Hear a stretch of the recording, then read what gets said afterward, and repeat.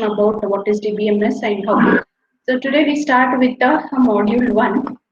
So what is module 1 says to us? Yesterday we have just had a overlook about all complete syllabus. So what you'll be learning in this course.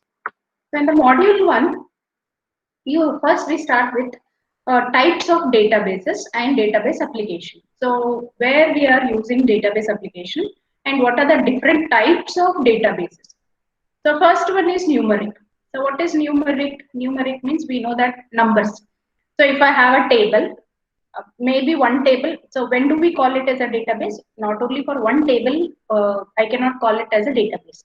Even though it is very simple, then we may have one table, but I initially call that as a database. So in that database, how is data? So data can be any way. It may be in any form. So it may, if you are storing all the data within a table with only digits, then we call it as a numeric or textual database. So now suppose if I want to enter your names, so I want to create one table, one database where I want to keep track of all your USN numbers, and I just want to know how many number of students are there in third semester.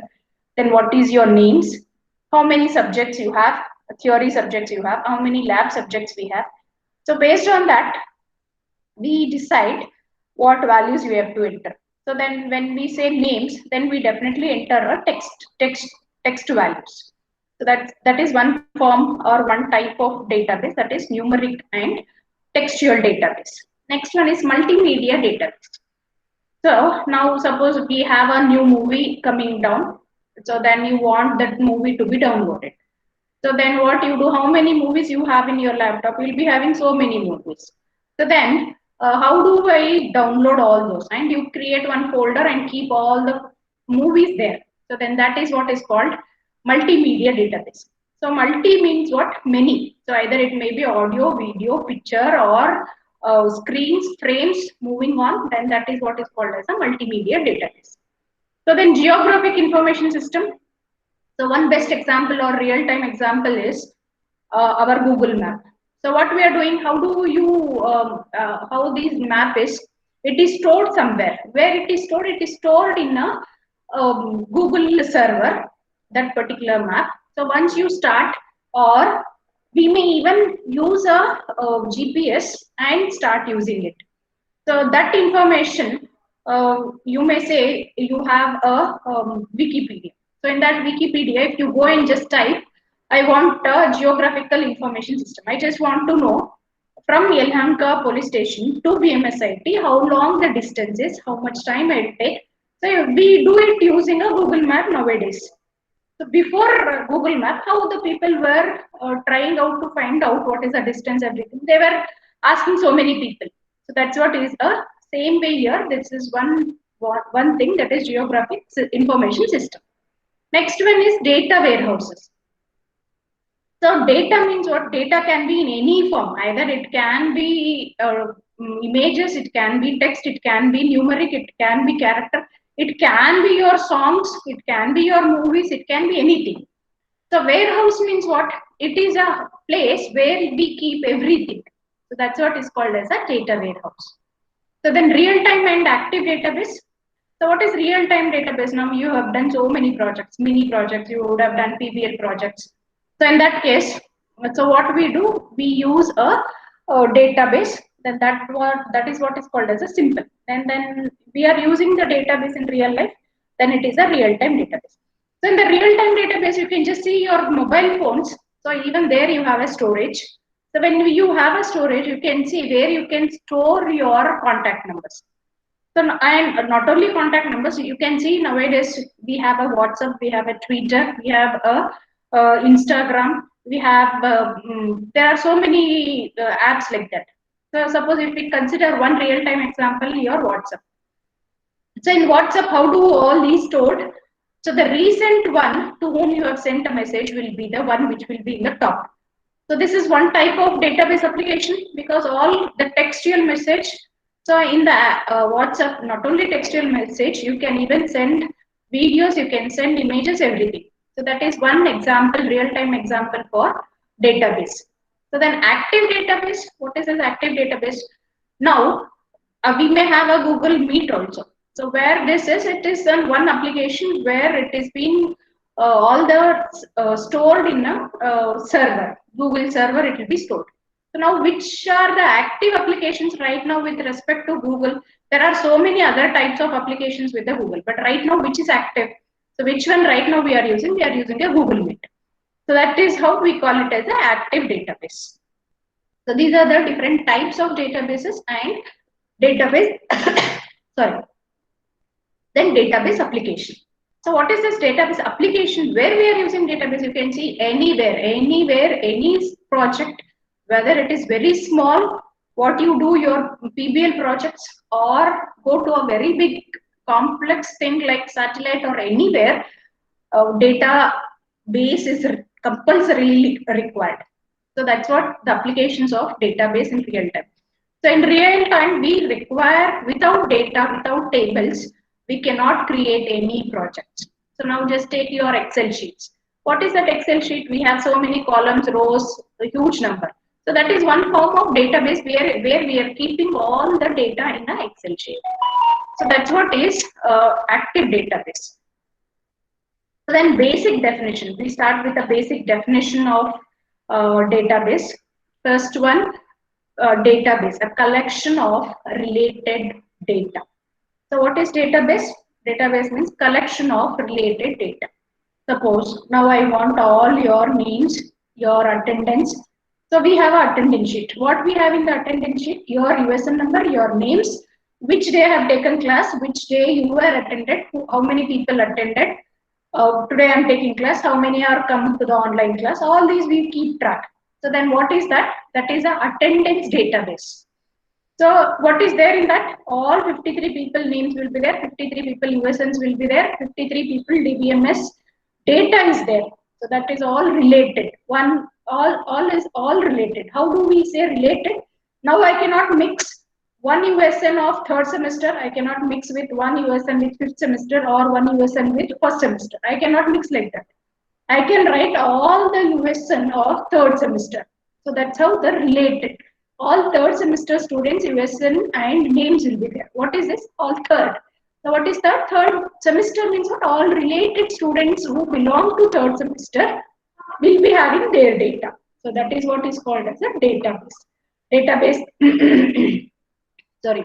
What do we mean by database? A database is a collection of related data.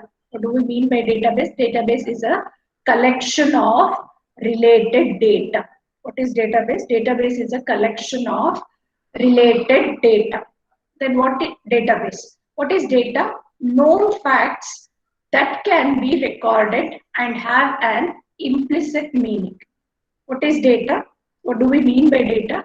Knows facts that can be recorded and have an implicit meaning. So what is data? Known facts. So what do we know? Now I know how many people are there in third semester, 53, 54 people. That is I know as a staff taking the subject DBMS, I have to know how many students are there in third semester. That's what known facts can be recorded. What are the details I want to record? I want to record how many students are there for today's class at 8:30. I'm recording and have a implicit meaning. So what is this implicit meaning? So how do I take DBMS class at 8:30 and how many people have come? What topic I have covered today? So all these are implicit meaning related to third semester. Then I cannot mix DBMS with the operating system. So that's what implicit meaning. Only I can teach you a DBMS for third semester. So that's what a data stands for. So then what is mini world? Some part of the real world about which data is stored in the database. What is mini world? So now our mobile is a mini world where, so how many people are there in India? There are so many people. Then I cannot store in my mobile all the contact numbers of all the person who are staying in India. It is no meaning. So then what? Who are my friends? Who are my people who are working around me or people who know me? Only those contact numbers I will be having in my mobile. So then I can term that as a mini world. only real contact numbers I may have. So that's what is a mini world. For example, student grades. So now, suppose you people are studying in BMSIT, we have your IA marks and we have your USN numbers. So USN numbers, if we go for BTU, you will be getting all your 6 semester marks. That is one mini world. So then transcripts at the university, that's what you can go and ask in the university your marks cuts based on your USN number, definitely they'll give you. But still there is some procedure to do it. So that is what is called as a mini world. So then what is database management system? A software package or a system to facilitate the creation and maintenance of computerized database. So now I have just sent you some link yesterday. So what did I send that? That is one software tool where we are using that tool, that particular tool, to do some operation or to learn the how to create the tables, how to create one database. So in your lab, you have 5 DBMS projects. So what we do in that, we have one project, first project, and we see how many tables are required for that project, how many front-end tools we want. All these are required for the any project. But because we are studying the DBMS, we are just handling with the perspective of DBMS. So what we want to learn in DBMS, we want to know how to create a table, how to insert a table, what data I want to fetch, how to write a queries, that we learn in a DBMS. So that is what, to do all this, we use some tools. So what is this database management system? A software or a package system to facilitate the creation and maintenance of computerized database. So now I want to create a database. That's what is I can create. I can create a table, any number of tables I can create in one particular database. Maintenance. Today, I have added your USN. I have created one table where you have your USN, your name, how many subjects you have taken. And even in your third semester, you have elective. So today you gave one elective and tomorrow you'll come and ask, I want to change my elective. So, but in my table already I have entered one elective. So and now I want to update my table. So then what I am doing, that is what is called as a maintenance. Maintenance of a computerized database. Next, what is database system? So DBMS software together with the data itself, sometimes the application are also included. So what is this database system? So now you install what I sent you yesterday, the link. I sent you a software. Anybody installed? If you have installed, where it is going and being placed, it will be placed in your one software or in your C drive, whatever the software you have downloaded. So after you download, we start working on your lab programs. So you have created or you have executed one lab program. Then where that data will be stored, it will be stored in your database. So that is what is called as a database system. Then what are the typical DBMS functionalities? What are the functionality or what is the working of the DBMS? So defining a database, first I have to know what type of data base I want. So now whether your USN. So if I say one column in your table, first I'll give serial number, next your USN, next your name, next all the subjects name. So first serial number, what is that serial number? Whether it is a character, numeric or what. So whether I store, if it is a numeric also, whether I store only integer, whether I store only float. So based on how do we decide? We decide whether because it is a number, serial number. So then I can say I will be using only integers. Then your USN number. What is that USN number? USN number because it is mixed with your characters. So numbers as well as characters are there in your USN number. So in the DBMS term, we say it is a varchar. So what is this varchar? So I can change the size based on my table. That's the reason it is called as a variable character. In terms of data type, structure and constraint. So what is how do we define the database? In defining the database data type, that's what I just told. Serial number, I'll store it as an integer. Your name, your USN number, how do I store? I store it as a variable character or varchar, and I give the size. So how much is your USN number size? maybe 7, 8, 9, 10, or whatever it is. So in the same way, if I store one more column as a phone number, so what is the size of your digits in the phone number, 10-digit number? Then what is the type of data type I have to use? I'll be using number. So then I'll decide based on this in particular table, how many columns are required for one table. Are these related? So that's what is called as a structure. Then coming to a constraints. Now constraints, your USN number cannot have the same USN number for two people. I cannot say I'll give one USN number for Aishwarya and as well as I'll give the same USN number for Amrish. Is it okay?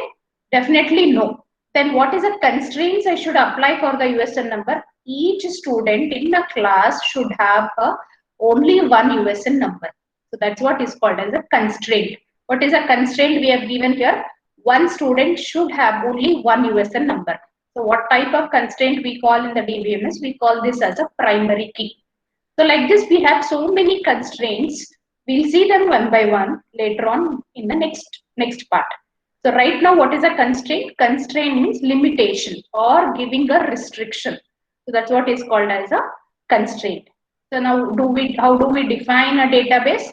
Defining a database in terms of data type. What do we mean by data type? Whether it should be integer, whether it should be character, whether it should be variable character, whether it should be date, whether it should be time. That's what is called as a data type. Then structure, how should be my table? In case if I have a database, how many tables I want for that project or for database. That's what is called as a structure. Then what is a constraint? Constraint, what type of limitations we give for a particular table. So that's what is called as a defining the database. Next, construct or load the database on a secondary storage medium. So just now yesterday I sent you a link for downloading the software. After you download, you start working with your programs. So then where do all these programs stored? It will be stored in your hard disk. So what is this hard disk we are calling? We are calling it as a secondary storage medium. So why do we use secondary storage medium? Because primary storage is very small. We keep all our databases in a secondary storage. So I construct first I start constructing my database. Then whenever it is required, then I start loading it. So that's what a constructing or loading the database where we are doing it in a secondary storage medium. Next is manipulating the database. So why do I require for manipulation? Just now I told elective. One student has taken elective. Suppose you think that today you have decided to take one elective as software testing in your third semester. And tomorrow you thought that you want some other elective. Then you want to change it. So now we have already stored everything in the database. Saying that elective 1 opted by, if I take an example, Abhinav has opted in elective software testing. And tomorrow he says, I don't want software testing, he want to change to some other elective. Then what I have to do? Because already I have entered in the database, now I have to change it. Change from software testing to some other elective. That is what is called as a manipulating the database. So to do this, we have a queries. We have a command to do the manipulation. We have something called as a modify. We have something called as a update. So this is how we change or modify the database. To do this also, we have a queries. We have to write a query. We have to generate a report saying that Abhinav want to change from software testing elective to some other subject. So then I have to know what elective previously has taken and what he want to change. That's what generating the report we want. After that, I have to change. Then insertion is required. Then when I want to insert, before software testing should be deleted. Then I need to know what is deletion operation. Then I want to modify, update. So these are the operations which we use in a manipulating the database. Then concurrency processing. Concurrent processing and sharing by the set of user and the programs. So what is concurrent processing? Concurrent processing, suppose now, today you have a timetable for Wednesday. So early in the morning, 8:30, you have a DBMS class. So then no other staff can not take for third semester at 8:30 because already DBMS class is going on. So concurrently, I cannot do if it is a physical. So suppose in the same way, because it is online, and suppose if we consider a database, something like you want to share, then we can do that. So that's what is a sharing the thing. So now what we do, that's the reason we have created one group, WhatsApp group, and all staff who are required to share the data. Every day we share the link. So then sharing the link, I cannot send for all 53 one by one. So then what we have done, we have just done with the WhatsApp group and we send the link there, you people join. So that's what is a sharing of the data and a user also. So how many users are there? How do I share? I share only for third semester students. I won't share for fifth and first semester student. And the same way program. So now we start executing the first program in your DBMS, then we start doing it. So it keep all the data valid and consistent. So what do we mean by data valid? So now if I say your USN number and your name. So all your USN number, in place of USN number, I should enter USN number. Then I cannot say that I will enter phone number. Then it is not valid. That's what we have to create. When we are creating a table, we should see to that we are entering a valid data. So if I say number, phone numbers, I should enter only a data which is related. So now if I say phone number, what data I can enter into that? I cannot enter character, I cannot enter a string. I should enter only numbers. If I enter proper numbers, then also. Because if I say number, I cannot enter infinite numbers in the phone number column. It is restricted. How many digits are allowed for phone number? So all these are called as a data validation. And consistent, what do we mean by consistent?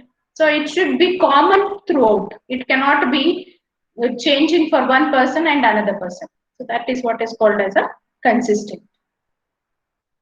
Then typical DBMS, other functionalities, other features of DBMS.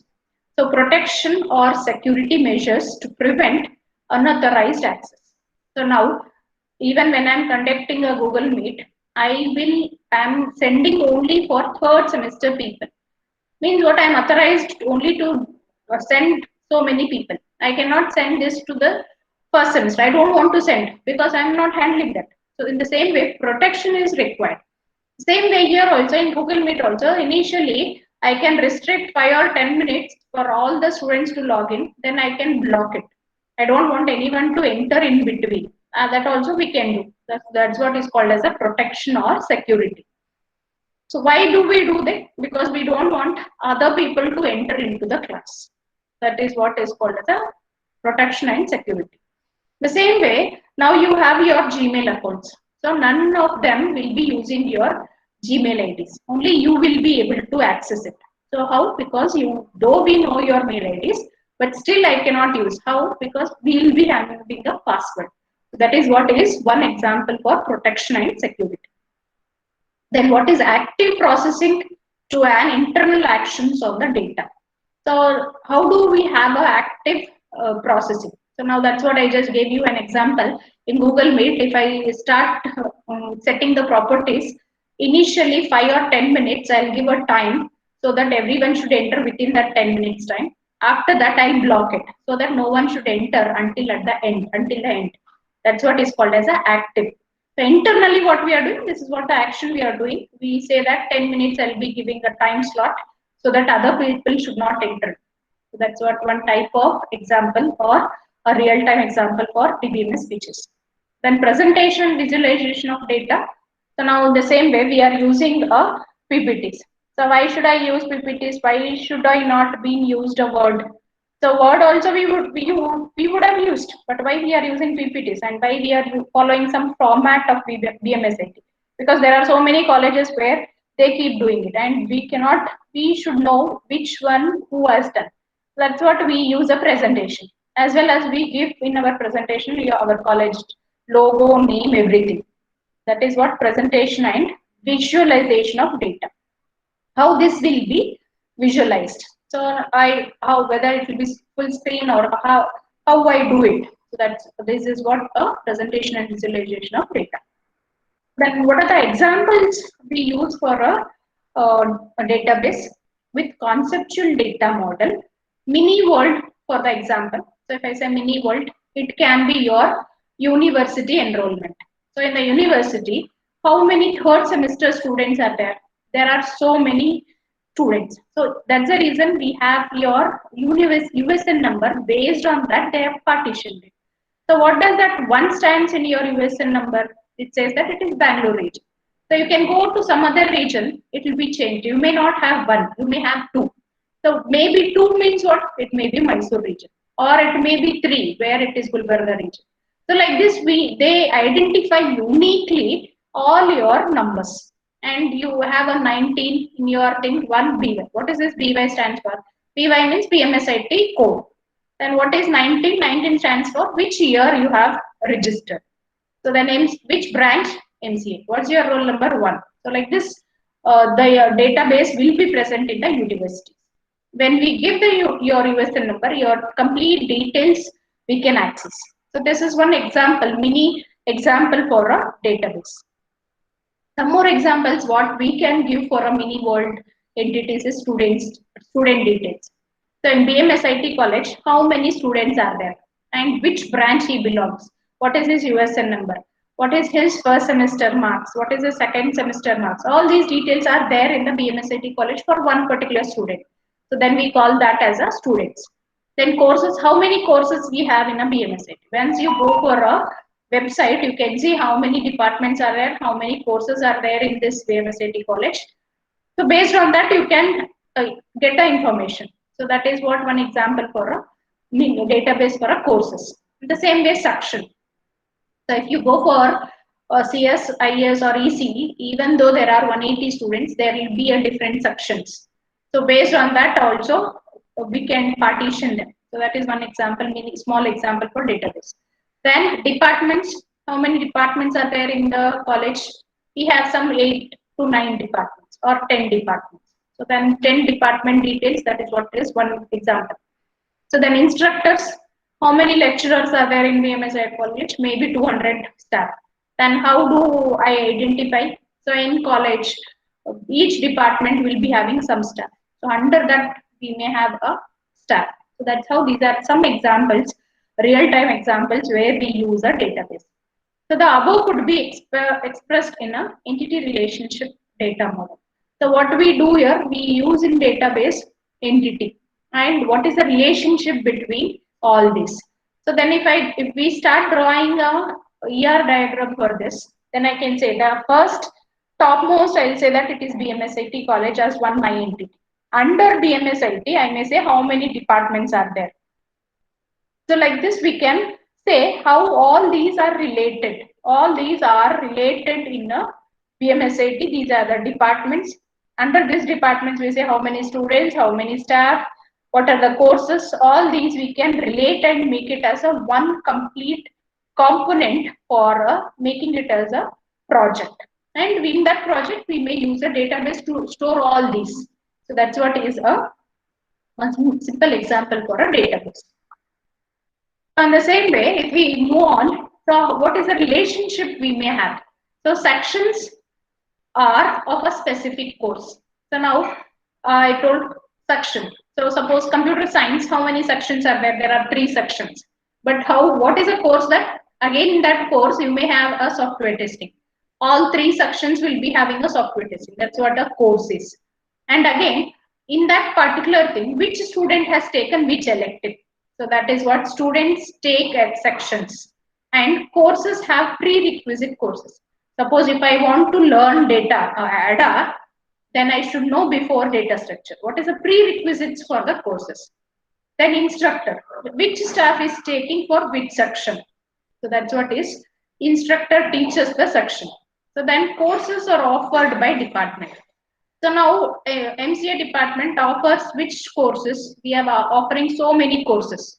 So third semester there are 6 courses, 5th semester there are some courses, first semester there are some courses. So that's what here department will be offering so many courses. Then students, major components in the department, or students. So this is how we can even draw a ER diagram for this particular entity, and we can show how the relationship between all these are. Next, we move on the characteristics of a database approach. So, how should be my database or tables? What should be in, how I should form a table? In case if I am forming a database, what simple characteristics or what are the main characteristics I have to form?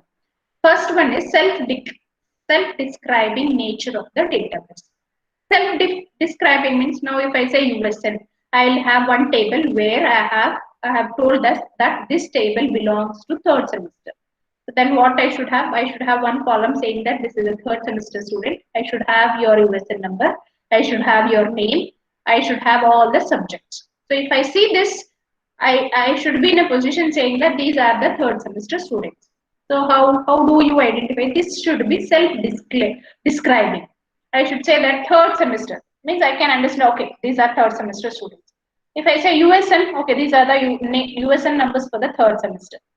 So then this is how our table, when you are creating, it should describe itself. You cannot say, you cannot mix up everything and say. A DBMS catalog stores the description of the database. The description is called metadata. This allows the DBMS software to work with different databases. So now once we start your lab, we know we create a table.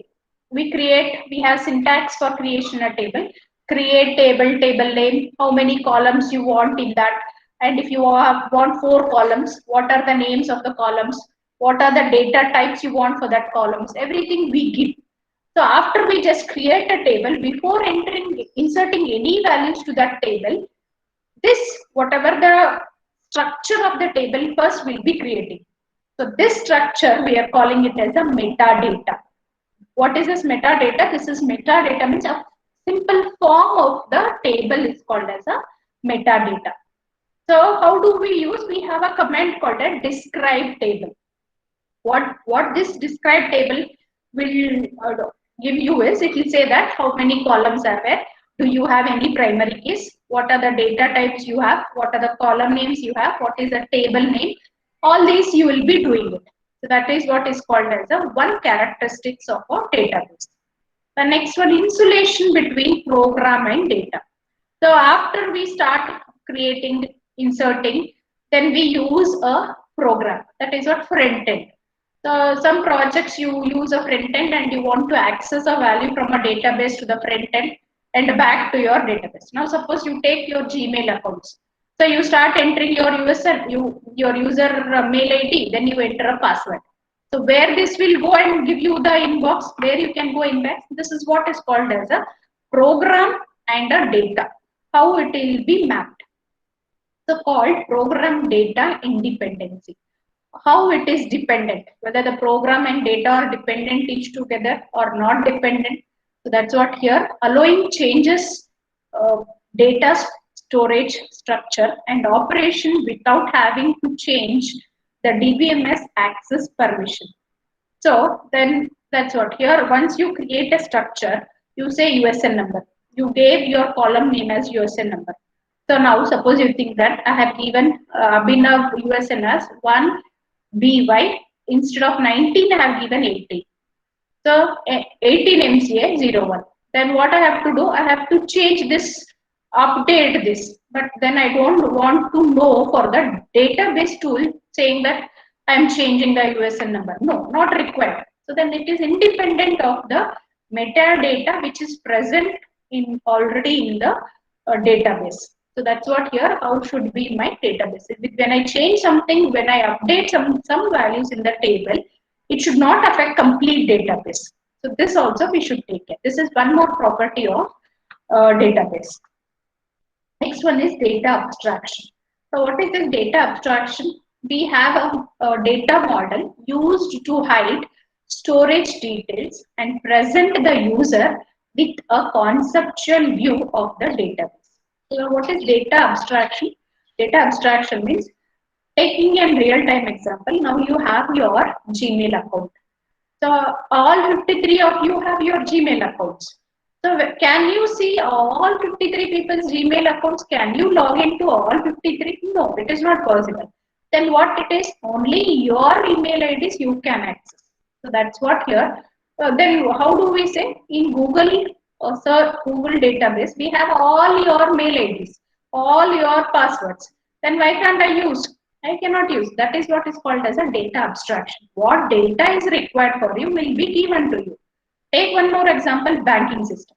So in the banking system, how many accounts are there? There are a huge number of accounts. Can I access or can I see all the account details? No. What I can do, I can see only my account details. So that is what is called as a data abstraction.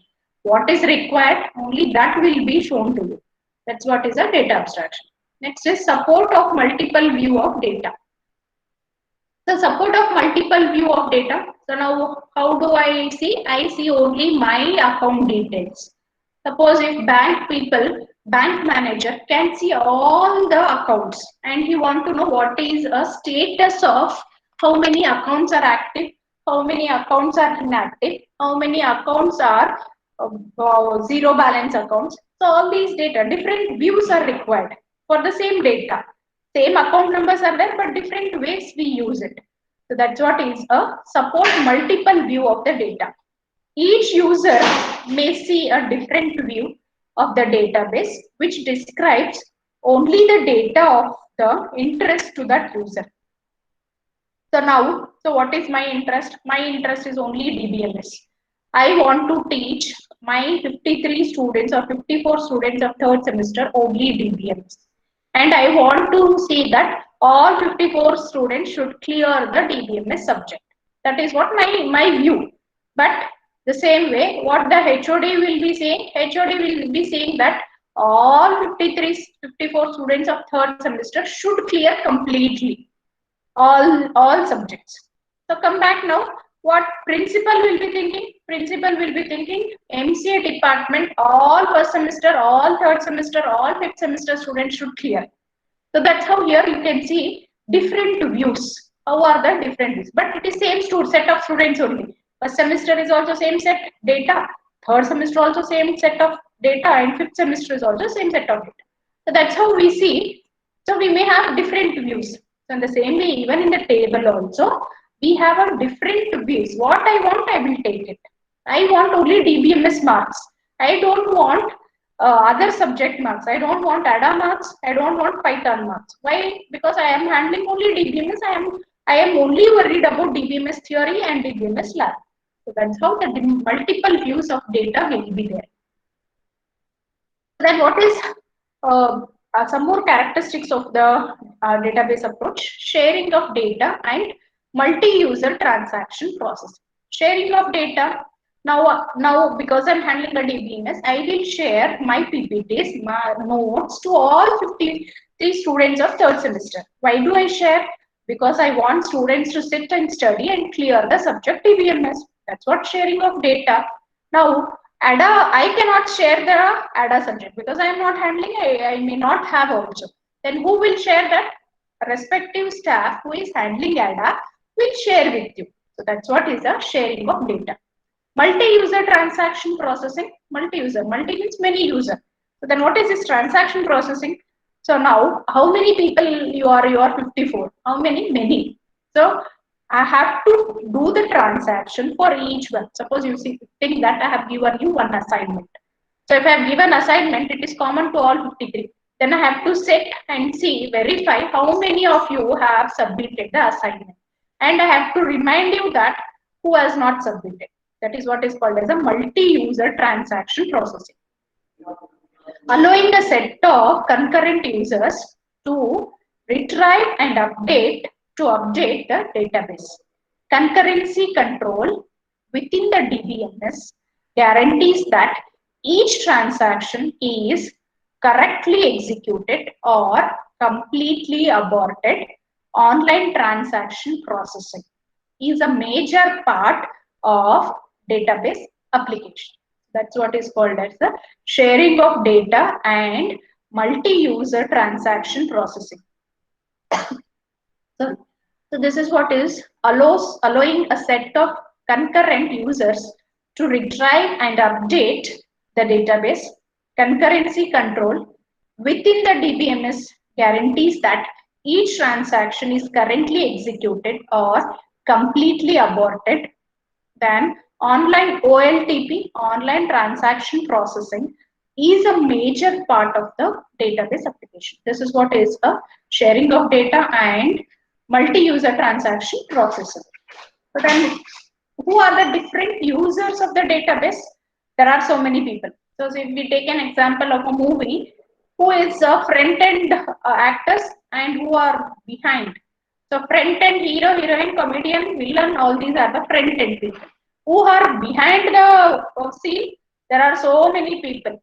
Starts from music player, music starts from the people who are giving a makeup. There are a director, there are producer. All these people are also there when creating with the movie. But who are front ends, who are there on the scene and off the scene.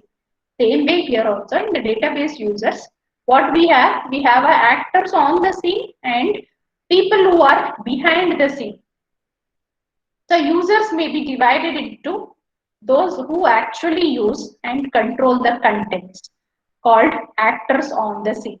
So now what we are doing, we are having a database. So the who are, suppose if we take banking system, they will be having, the bank employees may not have much authorization to change some database. Only the software people can do that. That's what is called as a, how the software is being controlled. So actor on the scene. And those who enable the database to be developed and the DBMS software is to be designed and implemented, called worker behind the scene. So now we are using our accounts. We just use them. Then what we are the front-end people. We are using the banking database. And who are behind the creation of the database? The software people who has developed this project, banking project they have developed, and they know where, which table is there, what table is there, what are the transaction, all these databases also there. And those people we call it as a workers behind the scene. People who are front end, people who are back end. So in the same way, you can take your mini project or PBL project. So what you do, we have some pages. There are so many pages. Maybe it is a desktop page or a web-based page, or even nowadays we are using mobile. There may be a mobile pages also. So then all these are a front end. I can only see. I cannot see my database. I don't want to see also. So that's what is called as a front end. We call it as a actors on the scene, and back end tables, what we use, how many tables are there, all those are called as a behind the scene. So the database generally will be behind the scene, and the front end, whatever we do, it will be a pages. That's what is called the front end tools. And again, we have different tools for each purpose. To create a front end, we have so many huge number of tables, and we have tools available to create a front end. The same way, we have huge number of tools even to create a database. So maybe Oracle, maybe MySQL, maybe SQL. You may have MongoDB, you have Access. So like this, there are so many tools available even to create a database. So what are the database user actors on the scene? Database administrator, who are there on the scene with respect to database. I am speaking, we are discussing only with respect to database user. So actors on the scene, database actors responsible, who database actors, database designer, end user. So these are all actors on the scene. So database administrator responsible for authorizing access to the database, for coordinating and monitoring its use, acquiring software and hardware resources, controlling its use and monitoring efficiency of operation. So who will do all this? This person is called as a database administrator. The next is database design, responsible to define the content, structure, constraint, and functions or transaction against the database. They must communicate with the end user and understand their needs. So this is what is called as a database user. actors on the scene, database administrator, database designer, end user. So database administrator who are responsible what, all those are the who will be handling all the software, hardware resources, controlling everything. Those are called as the administrator. Designer responsible to define the content, structure, constraint, and functions or a transaction against the database. They must communicate with the end user and understand their needs. So the end user, they use the data for query, report, and some of them actually update the database contents. So these are the database user actors on the scene. So the categories of end user, casual user, now we are using the ATM. We don't use every day, we use whenever we want money. So then casual user, the native or parametric user. So casual user accessing database occasionally when needed. Then parametric, they make up a large section of end user population. They use previously well-defined functions in the form of can transaction against the database. Examples are bank teller or reservation, clerks who do this activity for an entire shift of operation. In the categories of end user, sophisticated and standalone. So who are sophisticated? These include business analysts, scientists, engineers, others thoroughly familiar with the system capabilities. Many use tools in the form of software package that work closely with the stored database. Then standalone, mostly maintain personal database using ready-to-use packaged application. An example of tax programmer, where tax program user that creates his or her own internal database. So I'll stop here and we'll continue in next session, next class. So before that, I just want to take attendance